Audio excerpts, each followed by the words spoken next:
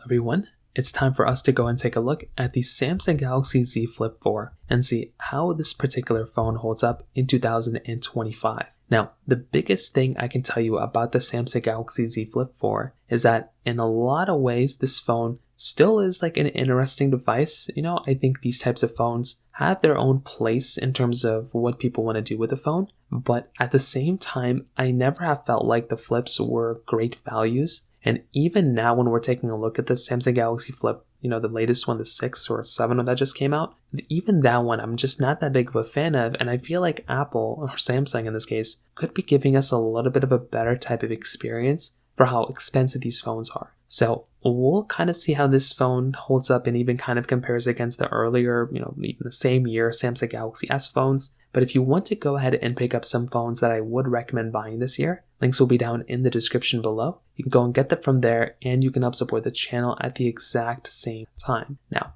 starting off with the outside of the Samsung Galaxy Flip 4. This phone originally came out back in 2022. So this device is already kind of, a couple of years old. It's approaching 3 years old this year. And I will tell you from that particular side, that is a very cool thing to kind of think about inside of a device because it's already a couple years old, but the benefit of that is it's already going down in value quite a bit. So that right there is going to be somewhat of an advantage because you're going to be able to go ahead and buy this phone and be able to save some money when it comes down to it from that particular perspective. Again, it isn't necessarily like the most perfect phone of all time, but at least from a price tag standpoint, this phone is much cheaper now than it was before. You are getting this foldable dynamic AMOLED display. It's a 6.7-inch display, and then you're also getting this 1.9-inch Super AMOLED cover display. So you're basically getting like two different displays inside of it. You're getting a smaller size display on the front that just gives you some high-level information, and then when you open this thing, you basically then get this 6.7-inch display. Now it's a very big display, it's a very long display, but this is kind of the biggest selling point of this phone, so to speak. A lot of people like this phone because of the fact that it is flipping,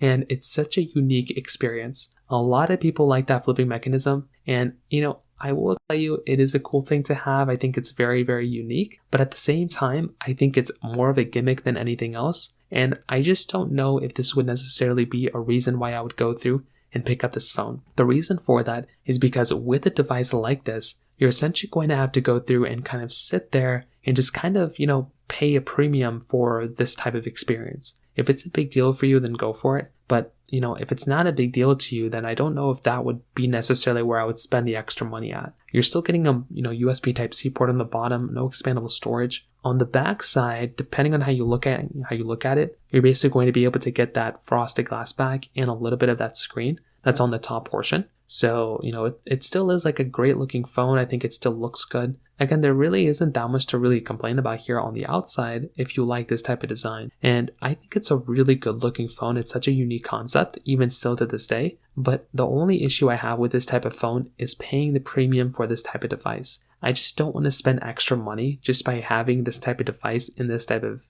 capacity. I just don't know if it necessarily is the reason. I don't know if I want to spend money on the flipping thing when I could spend money on increasing the storage or getting a better phone. So from that side, that is kind of one of those things to keep in mind there as well. Now, when it comes down to the cameras, this phone is giving you a dual camera setup. So it's giving you a 12 megapixel wide and then a 12 megapixel ultra wide camera. So this is where things already start getting really interesting, right? So from a camera standpoint, the Samsung Galaxy Flip 4 came out the same time as the Galaxy S22. And when you take a look at the Galaxy S22 and compare it against the Flip 4, the thing you're going to have to remember is that with the Flip 4, this type of camera is already going to kind of be, not as great as a Galaxy S22, when this phone pretty much costs the same, if not more, than a Galaxy S22. So this camera gives you 4K at 60 on the back and 4K at 30 on the front. The Galaxy S22 that came out the same exact year has 8K on the back and 4K at 60 on the front. The Galaxy S20 that came out 2 years before this phone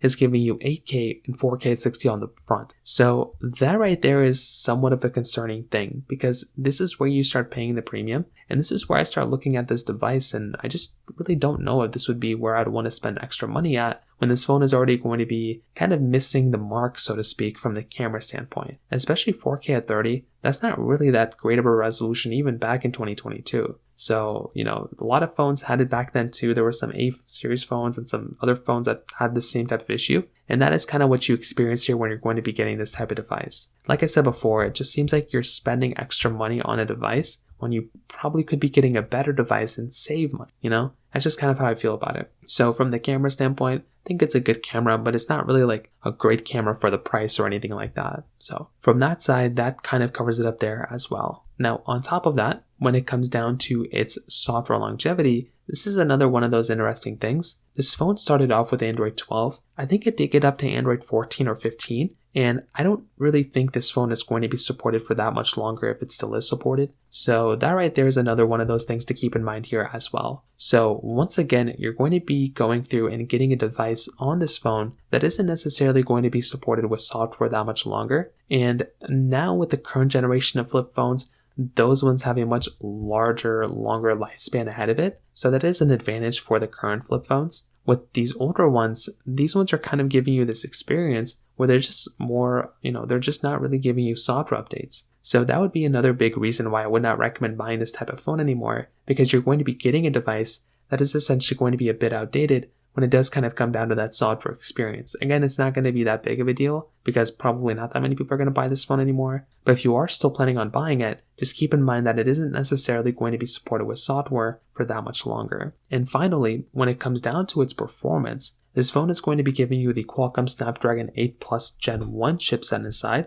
with 8 gigabytes of RAM. So the performance of this phone is actually one of its best advantages. That chipset inside was a good improvement from the Snapdragon 8 Gen 1, the original one that came out earlier that year. So that right there I think is a pretty big advantage for this type of device. If you are about to go through and once again pick up a phone, I do think it makes a lot of sense to go through and buy a phone that was an improvement or past the 8 Gen 1. And getting this 8 Plus Gen 1 is going to be an improvement from that particular perspective. So I will tell you from that particular side, getting this type of phone is something that is actually really, really nice to have, right? It's not perfect and it's not amazing, but like I said before, it does get the job done. And I think that is a pretty big advantage for this type of phone. So, the performance is probably one of the biggest assets for it and one of the biggest reasons why I like this phone, but there's not really a big reason otherwise to still look at this type of phone when you can go through and still buy something like a Samsung Galaxy, S23 and a Galaxy Flip 5 or something like that. At the end of the day, I think these flip phones are good and they're great, but I do think it makes a lot more sense to go through and buy a device